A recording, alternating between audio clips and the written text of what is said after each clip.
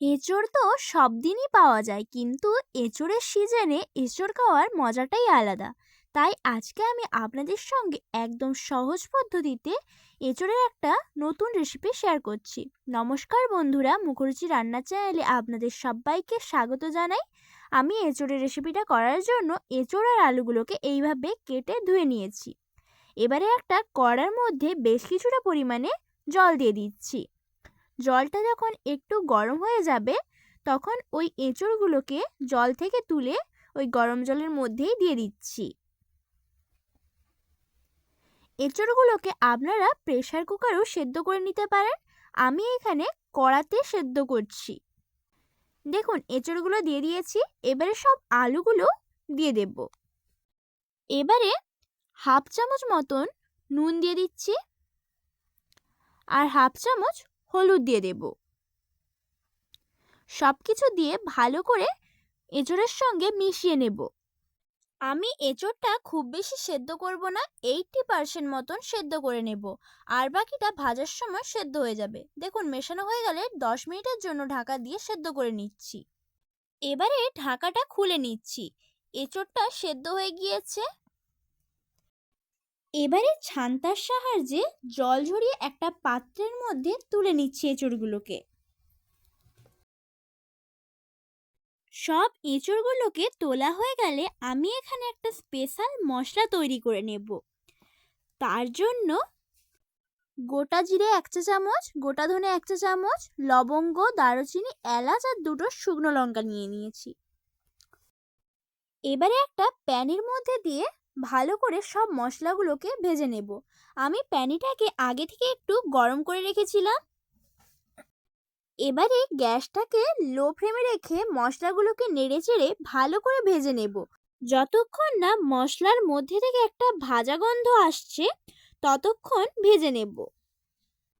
দেখুন, ভাজা হয়ে গিয়েছে। এবারে গ্যাসটাকে অফ করে সব মশলাগুলোকে ঠান্ডা করে নিচ্ছি। ঠান্ডা হয়ে গেলে মিক্সিং জারের মধ্যে দিয়ে গুঁড়ো করে নেব। এবারে একটা কড়া বসে কড়ার মধ্যে বেশ কিছুটা পরিমাণে সর্ষের তেল দিয়ে দিলাম। আমি এই রেসিপিটা সর্ষের তেল দিয়েই করব। তেলটা গরম হয়ে গেলে সব এঁচোড়গুলোকে দিয়ে দিচ্ছি।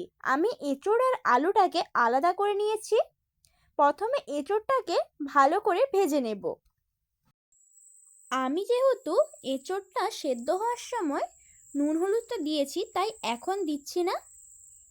দেখুন, এঁচোড়গুলো ভালোভাবে ভাজা হয়ে গিয়েছে। এবারে তুলে নিয়ে ওই তেলের মধ্যে সব আলুগুলোকেও দিয়ে দেব। আলুগুলোকেও নেড়ে চেড়ে একটু লাল লাল করে ভেজে নিতে হবে। আলুগুলো ভাজা হয়ে গিয়েছে। এবারে একটা পাত্রের মধ্যে সব আলুগুলোকে তুলে নেব। এবারে ওই তেলের মধ্যে আরও একটু সর্ষের তেল দিয়ে দিচ্ছি। তারপরে তেলটাকে ভালো করে গরম করে নেব। দেখুন, তেলটা ভালো করে গরম হয়ে গিয়েছে। এবারে ওর মধ্যে 2টো তেজপাতা আর 2টো বড় এলাচ দিয়ে দিলাম। তারপরে নেড়েচেড়ে একটু ভেজে নেব। ভাজা হয়ে গেলে 4-5টা পেঁয়াজকে কুচিয়ে রেখেছিলাম, সেটা দিয়ে দেব।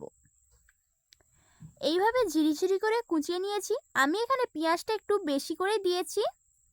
এবারে পেঁয়াজটাকে ভালো করে নেড়েচেড়ে ভেজে নেব। পেঁয়াজটা ভাজা হয়ে গেলে আদা রসুন আর কাঁচা লঙ্কা পেস্টটা দিয়ে দিচ্ছি।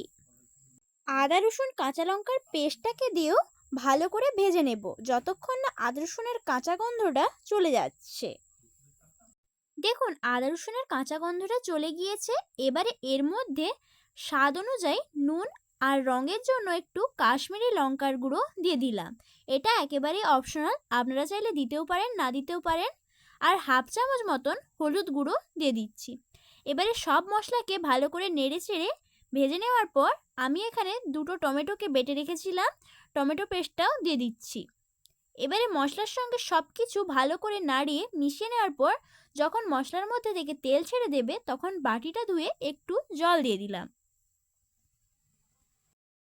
আর এই সময় গ্যাসটাকে মিডিয়াম ফ্লেমে রাখতে হবে, না হলে মশলাটা নিচে চুয়ে যেতে পারে।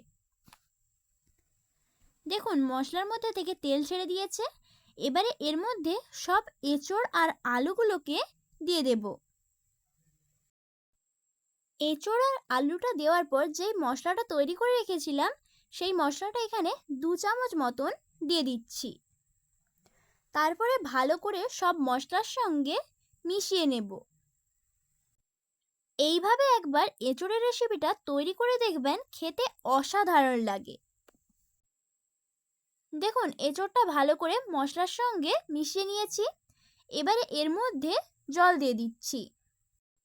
আর এই সময় গ্যাসটাকে হাই ফ্লেমে রাখতে হবে।